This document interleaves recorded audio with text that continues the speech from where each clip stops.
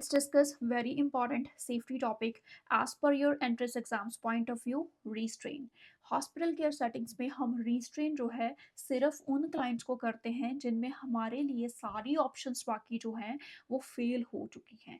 अब किनको हम रिस्ट्रेन करेंगे? जो तो सेल्फ थ्रेट होंगे या फिर थ्रेट टू द अदर्स। जैसे कोई भी पेशेंट हमारा है जो आईवी लाइंस जो है अपनी पुल कर रहा है, तो हमारा सबसे पहले क्या होता है, हम उसको रीस इंसर्ट करते हैं। हमने उसके ऊपर क्या है बैंडेजेस लगा दिया ताकि पेशेंट जो है उसको रिमूव ना कर सके।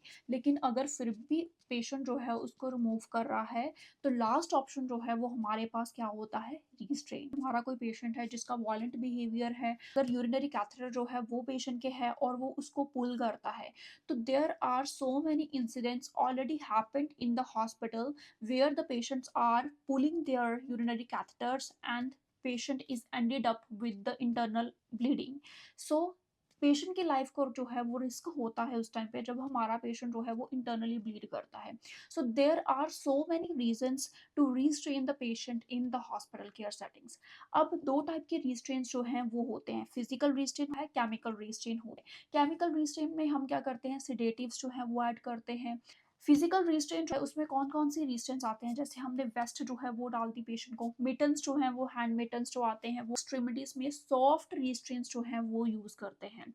और हमेशा रिस्ट्रेन जो है उसको सिलेक्ट करते हैं तो हमारी सबसे पहले यही कोशिश होती है कि हम लीस्ट रिस्ट्रिक्टिव रिस्ट्रेन जो है वो पेशेंट पे अप्लाई करें। सिर्फ ये जो नेसेसरी बॉडी पार्ट्स हैं उन पे ही हम रिस्ट्रेन जो है वो अप्लाई करते हैं। तो फॉर एग्जांपल अगर कोई पुल करता है कैथेटर को और अगर कोई आईवी लाइंस रिमूव करता है तो उनके लिए हम क्या है, ये जो हैंड मिटन्स होते हैं और एल्बो सॉफ्ट रिस्ट्रेन्स होती हैं वो हम यूज करते हैं। हमेशा हमें हेल्थ केयर प्रोवाइडर का ऑर्डर जो है वो चाहिए होता है।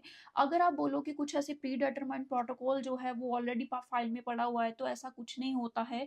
और अगर आप बोलो कि हाँ एज पर नीडेड जो है वो ऑर्डर अगर आपको फाइल में मिलेगा, तो ऐसा कुछ भी नहीं होता है।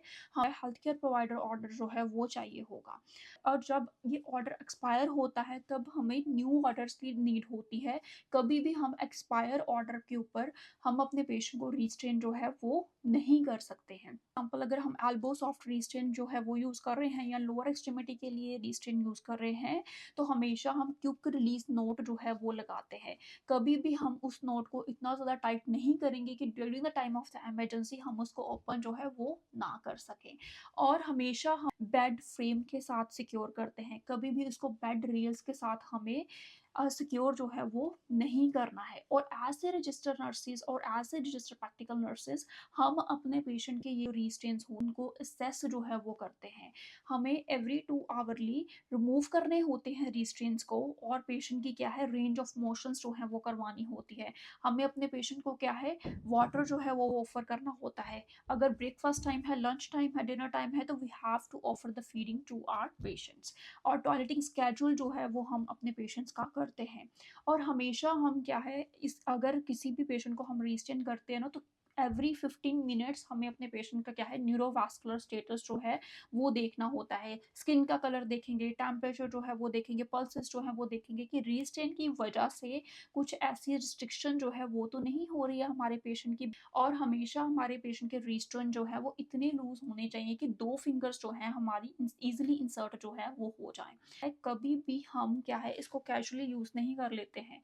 हमें सबसे पहले बाकी जितनी भी इंटरवेंशंस है वो करके देखनी है। अगर सारी इंटरवेंशंस हमारी फेल होती हैं फिर ही हम रिस्ट्रेन जो है वो अपने पेशेंट को करते हैं। और हमेशा सबसे पहले हमारा क्या होता है कि हम डिस्ट्रैक्ट कर दे पेशेंट को, रीओरिएंटेट कर दे पेशेंट को, सुपरविजन जो है 101 सुपरविजन जो है वो अपने पेशेंट के लिए रखे, सिटर्स जो है वो रखे।